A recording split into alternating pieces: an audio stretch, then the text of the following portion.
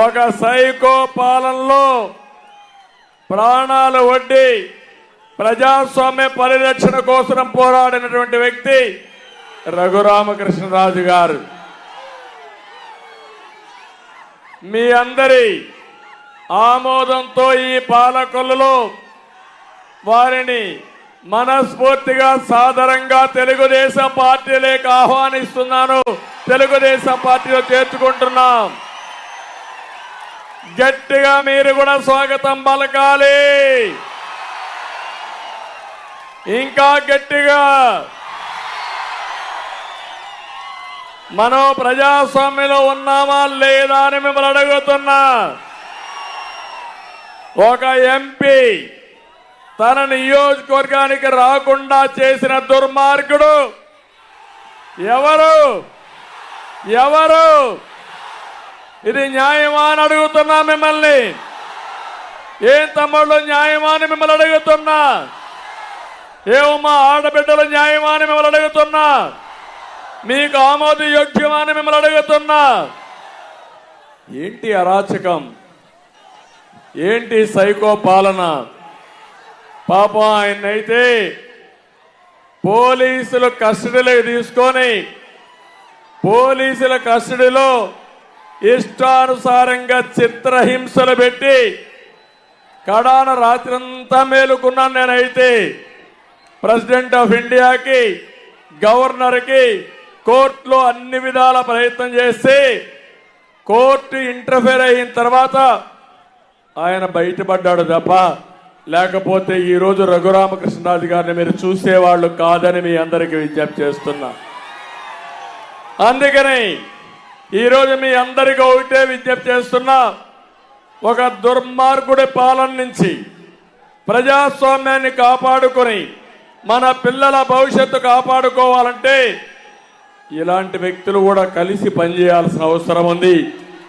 అందుకే మీ అందరి తరపున మరొకసారి తెలుగుదేశం పార్టీలోకి సాదరంగా ఆహ్వానిస్తూ సభ ప్రారంభించే ముందే వారిని పార్టీలో చేర్చుకుంటున్నామని చెప్పి తెలియజేసుకుంటూ వారికి అందరూ కూడా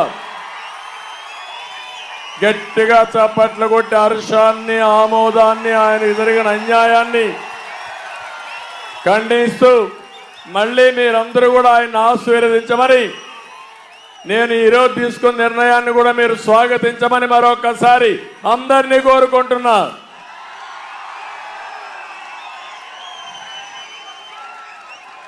మైక్ 2 నిమిషాలు మాట్లాడతారు. తర్వాత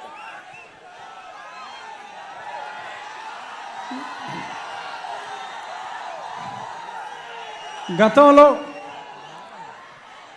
తెలుగుదేశం పార్టీ అభిమానులు, జనసేన అభిమానులు, భారతీయ జనతా పార్టీ అభిమానులు అందరికీ నా హృదయపూర్వక నమస్కారాలు.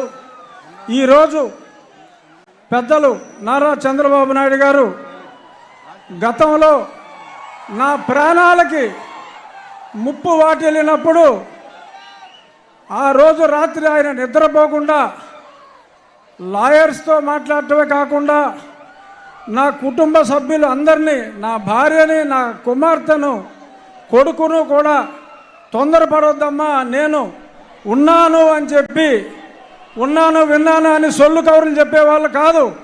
నిజంగా ఆయన నాకు ఉన్నారు, నిజంగా ఆయన నా ఆక్రోశం విన్నారు కాబట్టి ఇప్పుడు ఆయన చెప్పినట్టు నేను మీ ముందు బ్రతికున్నా. సో కాబట్టి నేను ఆయనకి ఎంతో రుణపడి ఉన్నాను. ఇక నుంచి కొన్ని కారణాల వల్ల నేను 4 ఏళ్ళు దూరంగా ఉండవలసి వచ్చింది. అయినా చంద్రబాబు నాయుడు గారి చొరవతో ఈరోజు నేను మళ్ళీ మీ ముందుకు రావడం జరిగింది. ఎప్పుడూ నేను ముందుగా చంద్రబాబు నాయుడు గారికి అలాగే మీ అందరికీ నేను రుణపడి ఉంటాను. మీ రుణం నేను తీర్చుకుంటాను. అతి త్వరలో జూన్ 4వ తారీఖు ప్రపంచం సృష్టించబోతున్నారు నారా చంద్రబాబు నాయుడు గారు. అలాగే ఆయనకి తోడుగా పవన్ కళ్యాణ్ గారు, పైన నరేంద్ర మోడీ గారు ఈ కలయిక నేను సంవత్సరంగా చెప్తున్నా, త్రిమూర్తుల కలయిక ఉంటుంది అని. అందులో బ్రహ్మ మోడీ గారు అయితే, విష్ణుమూర్తి మన చంద్రబాబు నాయుడు గారు, పరమశివుడు పవన్ కళ్యాణ్ గారు, సైన్యం మనం అందరం. జై తెలుగుదేశం, జై చంద్రబాబు నాయుడు గారు, జై మోడీ, జై పవన్ కళ్యాణ్. Thank you. ఇప్పుడు